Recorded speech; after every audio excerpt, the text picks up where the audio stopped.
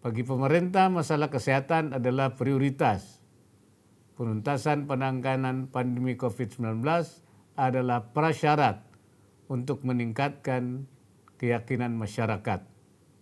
Tanpa adanya keyakinan masyarakat bahwa pemerintah serius untuk memecahkan masalah pandemi COVID-19, maka akan terus terjadi semacam ketakutan untuk memulai kegiatan ekonomi, termasuk untuk melakukan aktivitas belanja atau konsumsi. Sepanjang masyarakat tidak merasa aman, maka kegiatan ekonomi tidak akan berputar. Dengan pertimbangan itu pula, pemerintah mengalokasikan anggaran lebih dari 87 triliun untuk bidang kesehatan, dan dari total anggaran PEN yang besarnya 695,2 triliun untuk tahun ini, dan untuk tahun 2021 pemerintah juga telah menganggarkan tidak kurang dari 356,5 triliun untuk penanganan kesehatan, termasuk untuk pengadaan vaksin pencegah COVID-19. Hadirin yang saya hormati, salah satu dampak pandemi COVID-19 yang perlu menjadi perhatian kita bersama adalah terjadinya kelangkaan dan krisis pangan dunia, seperti yang telah diingatkan oleh Badan Pangan dan Pertanian Dunia atau FAO. FAO minta negara penghasil pangan besar di dunia untuk mengambil langkah pengamanan cadangan pangan dalam negeri untuk memastikan terjaminnya stok pangan nasional. Di negeri kita ketahanan pangan menjadi tantangan tersendiri. Bahkan sebelum terjadinya pandemi COVID-19, alih fungsi lahan menjadi ancaman serius bagi ekosistem pertanian di Indonesia. Berubahnya fungsi lahan sawah membawa dampak yang sangat luas, seperti ancaman terhadap ketahanan pangan, kemiskinan petani, dan kerusakan ekologi di pedesaan. Data Kementerian ATR BPN menunjukkan bahwa luas lahan baku sawah menurun dari 7,75 juta hektar pada tahun 2013 menjadi 7,46 juta hektar pada tahun 2019. Sementara itu, luas panen menurut perhitungan BPS dengan menggunakan metode kerangka sampel area KSA menurun dari 11,38 juta hektar menjadi 10,68 juta hektar pada tahun 2019 dan diperkirakan akan menurun lagi menjadi 10,48 juta hektar pada tahun 2020. Mengamati perkembangan ini, maka rata-rata sawah hanya ditanam sebanyak 1,4 kali. Sementara menurut perkiraan BMKG tahun ini terjadi musim kemarau yang lebih kering mulai Juni 2020, di mana terdapat 30% wilayah pertanian yang akan mengalami kemarau lebih kering. Produksi beras kita diperkirakan akan lebih kecil dibandingkan dengan produksi beras pada tahun 2018 dan 2019, walaupun masih akan menyisakan sedikit surplus pada tahun 2020. Oleh karena itu perlu perhatian khusus untuk dapat mencukupi kebutuhan beras di awal tahun 2021 karena kita belum memasuki musim panen.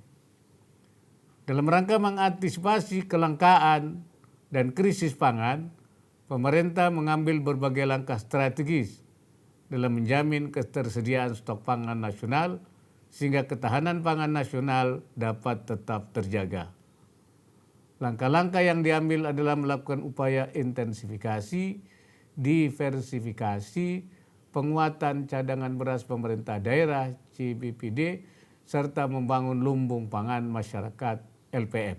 Intensifikasi pertanian sebagaimana kita pahami bersama merupakan salah satu upaya untuk meningkatkan produktivitas pertanian yang dilakukan dengan cara mengoptimalkan lahan pertanian yang telah ada Intensifikasi pertanian dilakukan melalui program Panca Usaha Tani yang kemudian dilanjutkan dengan program Sabta Usaha Tani.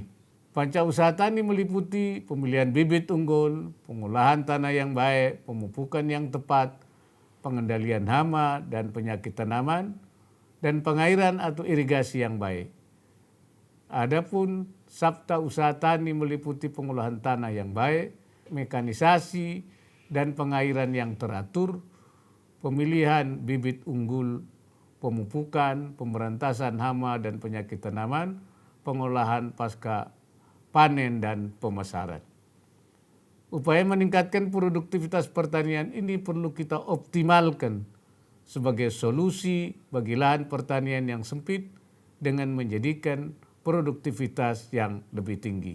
Untuk mengurangi ketergantungan konsumsi beras, diperlukan kampanye diversifikasi atau penganekaragaman pangan, bahwa pemenuhan pangan tidak selalu beras, namun masih banyak komoditas lain di setiap daerah.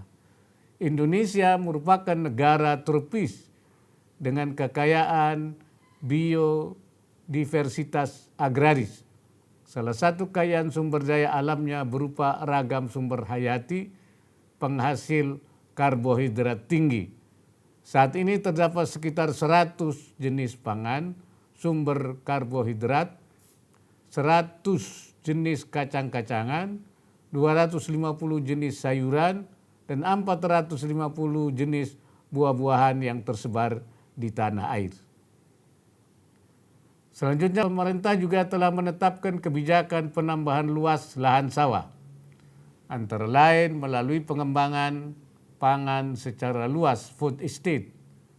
Kebijakan ini merupakan langkah menciptakan ketahanan pangan untuk jangka menengah dan panjang yang memerlukan perencanaan yang baik, kehati-hatian dan tidak sporadis, serta dengan kalkulasi hasil produksi yang nyata.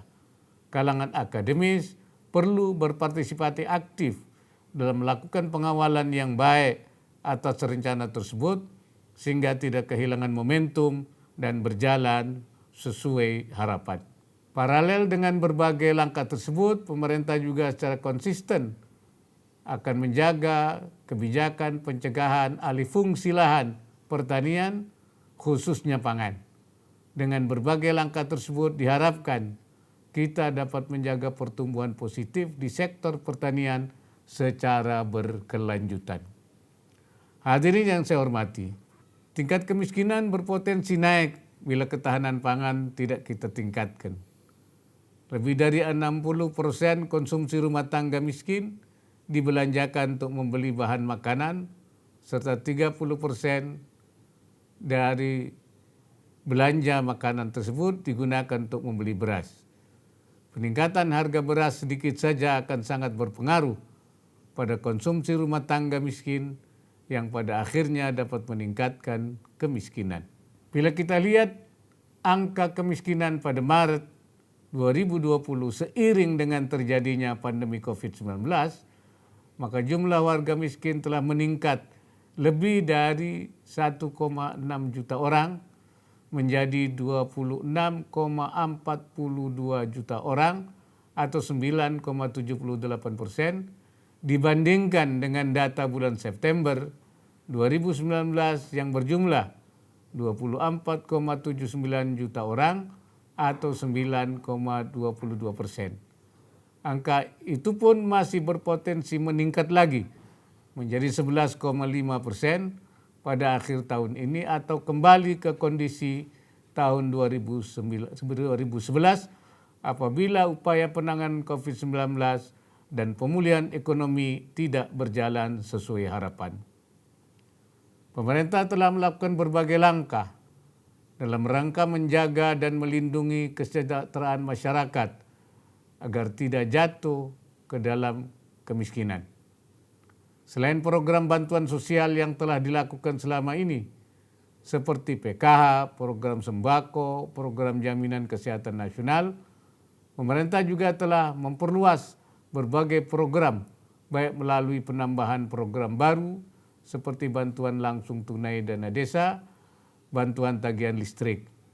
Pemerintah juga telah memperluas cakupan penerima bantuan dari yang sebelumnya 25% rumah tangga dengan kondisi sosial ekonomi terbawah menjadi 40% terbawah.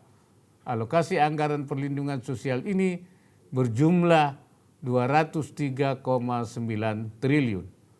Baru-baru ini Presiden telah meluncurkan 2 program baru yang diharapkan dapat menyasar mereka yang berada pada kisaran 40-60% rumah tangga terbawah, yaitu program Banpres Produktif Usaha Mikro dengan anggaran 22 triliun untuk 9,12 juta UMK dan program subsidi upah dengan anggaran 37,78 triliun untuk 15,7 juta pekerja. Anggaran bantuan sosial yang sangat besar ini diharapkan akan jauh berkurang setelah pandemi COVID-19 mereda. Pemerintah selanjutnya akan lebih menekankan pada program pemberdayaan dalam rangka menanggulangi kemiskinan. Saya ingin menekankan kembali bahwa sejak semula prioritas pemerintah adalah menangani masalah pandemi COVID-19 yang telah menimbulkan dampak yang luas di bidang kesehatan, ketahanan pangan, dan penanggulangan kemiskinan.